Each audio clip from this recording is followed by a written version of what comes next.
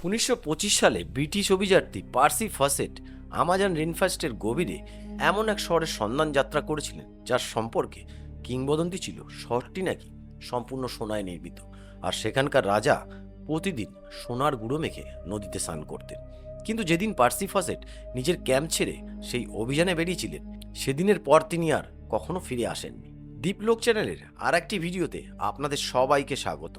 দর্শকবৃন্দ, Amazon rainforest পৃথিবীর সবচেয়ে রহস্যময় এবং বিস্ময়কর জায়গাগুলির মধ্যে একটি।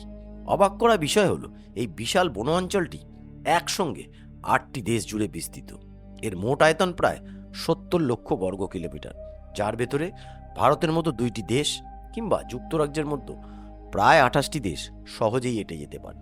যেমন করে পৃথিবীর গভীর সমুদ্রের বিশাল অংশ আজও মানুষের অজানা রয়ে গেছে, ঠিক তেমনি আমাজন রেনফরেস্টেরও বিশাল একটি অংশ এখনও কিন্তু মানুষের নাগালের বাইরে।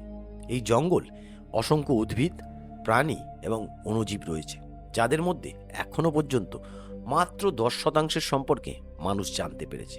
প্রায় প্রতিদিন এখানে নতুন নতুন প্রজাতি আবিষ্কৃত হচ্ছে। গবেষকদের হিসাব অনুযায়ী আমাজনে প্রায় 400 বিলিয়ন গাছ রয়েছে। এই কারণেই একে বলা হয় পৃথিবীর ফুসফুস। ধারণা করা হয় বিশ্বের মোট অক্সিজেনের প্রায় 20% একাই উৎপন্ন হয় এই আমাজন রেন ফরেস্ট থেকে। আর আশ্চর্যের বিষয় হলো এখানে এখনও প্রায় 2 লক্ষ মানুষ বাস করে, যাদের বাইরের বিশ্বের সঙ্গে কোনো ধরনের কিন্তু যোগাযোগ নেই। অ্যামাজন রেন ফরেস্টের সবচেয়ে বড় রহস্যগুলির মধ্যে একটি হলো সিটি অফ গোল্ড, যা এলডোরাডো নামে বেশি পরিচিত। কিংবদন্তি অনুযায়ী একসময় এখানে এমন একটি শহর ছিল যা সম্পূর্ণ সোনায় তৈরি। সেই শহরের রাজা প্রতিদিন নিজের শরীরে সোনার গুঁড়ো মেখে অ্যামাজন নদীতে স্নান করতেন, আর সেই সোনা নদীর জলে ভেসে যেত। 1600 শতকে ইউরোপীয়রা দক্ষিণ আমেরিকায় পৌঁছায়। তারা সেনাবাহিনী নিয়ে আসে এবং এই অঞ্চল দখলের পরিকল্পনা করে। তখন তাদের মুখোমুখি হতে হয় অ্যামাজনের স্থানীয় জনগোষ্ঠীর সঙ্গে, যারা ইতিমধ্যেই নিজেদের উন্নত শহর গড়ে তুলেছিল। ইউরোপীয়রা ধীরে ধীরে সেই শহরগুলোর ওপর দখল নিতে শুরু করে। 1600 শতকের শেষের দিকে ইউরোপীয়দের মধ্যে গুজব ছড়িয়ে পড়ে আমাজন জঙ্গলের গভীরে নাকি এমন একটি শহর রয়েছে যা পুরোপুরি সোনায় তৈরি। সেই সময় থেকেই এলডোরাডোর খোঁজ শুরু হয়। দীর্ঘদিন ধরে পুরো আমাজন জঙ্গল তন্ন তন্ন করে খুঁজে তারা অনেক উপজাতি এবং বসতি খুঁজে পেলেও সেই সোনার শহরের কিন্তু কোনো চিহ্ন খুঁজে পায়নি, যদিও বিপুল পরিমাণ সোনা তারা উদ্ধার করেছিল। প্রায় 200 বছর ধরে অনুসন্ধান চালানোর পর একসময় এলডোরাডোকে নিছক একটি মিথ বলে ঘোষণা করা হয়। কিন্তু 1900 শতকে ব্রিটিশ অভিযাত্রী পার্সি ফসেট আবার নতুন করে এলডোরাডোর সন্ধানে নামেন। তিনি আমাজনে মোট 8টি অভিযান পরিচালনা করেন।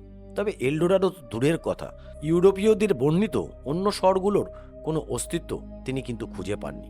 নিজের শেষ অভিযানের সময় পার্সি ফসেট আমাজনের গভীর অঞ্চলে অবস্থান করেছিলেন। সেখান থেকেই শেষবারের মতো তার সঙ্গে যোগাযোগ হয়। এরপর তিনি আরও ভেতরের অনুসন্ধানে বের হন এবং আর কখনো কিন্তু তিনি ফিরে আসেননি। তারিখটি ছিল 29 মে 1925। তিনি নিখোঁজ হয়েছিলেন ব্রাজিলের ম্যাতো গ্রাসো রাজ্যে। একসময় বিজ্ঞানীদের ধারণা ছিল এই অঞ্চল মানুষের বসবাসের জন্য একদমই অনুপযোগী, তাই এখানে কোনো বড় শহর বা গ্রাম গড়ে ওঠা সম্ভব নয়। কিন্তু আধুনিক প্রযুক্তির উন্নতির সঙ্গে সঙ্গে এমন কিছু প্রমাণ সামনে আসে যা দেখায় একসময় অ্যামাজনে মানুষ সম্পূর্ণ পরিকল্পিত শহর গড়ে তুলেছিল। আসলে পার্সি ফসেট যে এলাকা খুঁজছিলেন সেটি ভুল ছিল না, ভুল ছিল তার অনুসন্ধানের পদ্ধতিতে। বিভিন্ন জায়গায় গবেষকরা মাটির নিচে মানুষের বসবাসের চিহ্ন এবং বর্জ্য খুঁজে পান।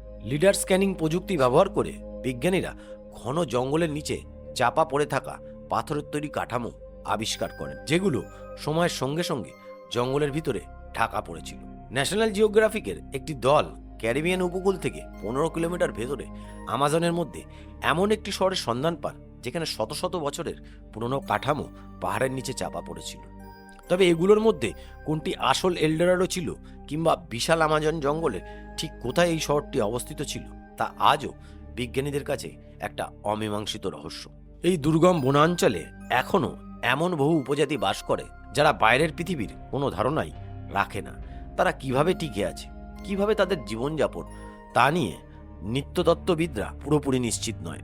এমনই একটি উপজাতির নাম পিরিপুকুরা, যারা পশ্চিম ব্রাজিলে বাস করে। একসময় এই উপজাতির লোক সংখ্যা ছিল হাজার হাজার, কিন্তু আজ সেখানে মাত্র 15 থেকে 20 জন মানুষ বেঁচে আছে। 1998 সালের পর প্রথমবার তাদের সঙ্গে বাইরের বিশ্বের যোগাযোগ স্থাপিত হয়। তাদের ভাষা ও ইতিহাস বিশ্লেষণ করে জানা যায় একসময় তারা ছিল অত্যন্ত শক্তিশালী, কিন্তু বনাঞ্চলে খননকার্য চালানো দখলদারদের হাতে তাদের অধিকাংশ মানুষ নির্মমভাবে কিন্তু নিহত হয়।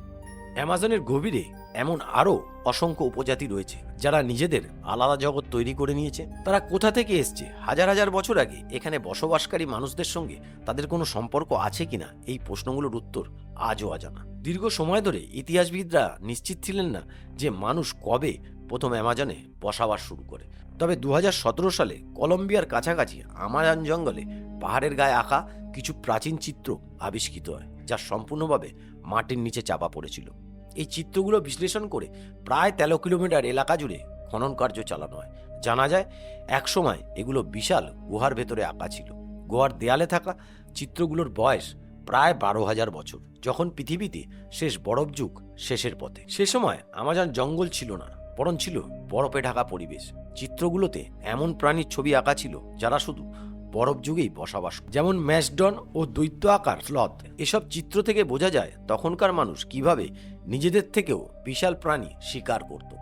2019 সালে বিজ্ঞানীরা আবারও বিস্মিত হন যখন উত্তর ব্রাজিলের আমাজনের মারাজো দ্বীপে একটি মৃত হ্যামব্যাগ খুঁজে পাওয়া যায়।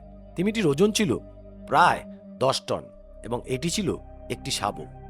সাধারণ হ্যামব্যাগ তিমি অক্টোবর-নভেম্বর উষ্ণ প্রাণীর খোঁজে আমাজনের কাছাকাছি আসে এবং পরে খাবারের জন্য দক্ষিণ দিকে আন্টার্কটিকার পথে চলে যায়। কিন্তু এই তিমিটি ফেব্রুয়ারি মাসে এখানে কিভাবে মারা গেল তার কিন্তু কোনো স্পষ্ট ব্যাখ্যা আজও নেই। তার শরীরে কোনো আঘাত বা শিকারের চিহ্ন কিন্তু পাওয়া যায়নি। সবশেষে সবচেয়ে অদ্ভুত রহস্যের কথা বলি। 2013 সালে পেরুর কাছাকাছি আমাজনের এক রসায়ন ছাত্র একটি অদ্ভুত গঠন আবিষ্কার করেন। এটি ছিল একটি গাছের পাতার ওপর তৈরি, মাঝখানে রেশম দিয়ে তৈরি একটি শঙ্কু, যার চারপাশে রেশমের বেড়া। এরকম গঠন আগে কেউ কখনো দেখেননি। পরে বিজ্ঞানীদের একটি দল সেখানে গিয়ে 45টিরও বেশি এরকম কাঠামো কিন্তু খুঁজে পান। এর নাম দেওয়া হয় সিল্ক হেঞ্জ। মাইক্রোস্কোপে দেখা যায় সেই রেশমের বেড়ার ওপর ছোট ছোট ডাস্ট মাইট চলাফেরা করছে। কয়েকদিন পরে মাঝের শঙ্কুটি কিন্তু ফেটে যায় এবং সেখান থেকে একটি মাকড়সার বাচ্চা কিন্তু বেরিয়ে আসে। আসলে এটি একটি বিশেষ প্রজাতির মাকড়সার তৈরি বাসা, যা শুধু পশ্চিম আমাজনেই পাওয়া যায়। তারা তাদের ডিমের চারপাশে এই রেশমের বেড়া তৈরি করে যাতে ছোট পোকামাকড় আটকে যায়। ফলে ডিম ফুটে বাচ্চা বের হওয়ার সঙ্গে সঙ্গেই তার খাবারের ব্যবস্থা হয়ে যায়। আশা করি দীপলোক চ্যানেলের আজকের ভিডিওটি আপনাদের ভালো লেগেছে। আপনাদের ভালোবাসা, লাইক ও কমেন্টের জন্য অসংখ্য ধন্যবাদ। আবার দেখা হবে পরের একটি দারুণ ভিডিওতে।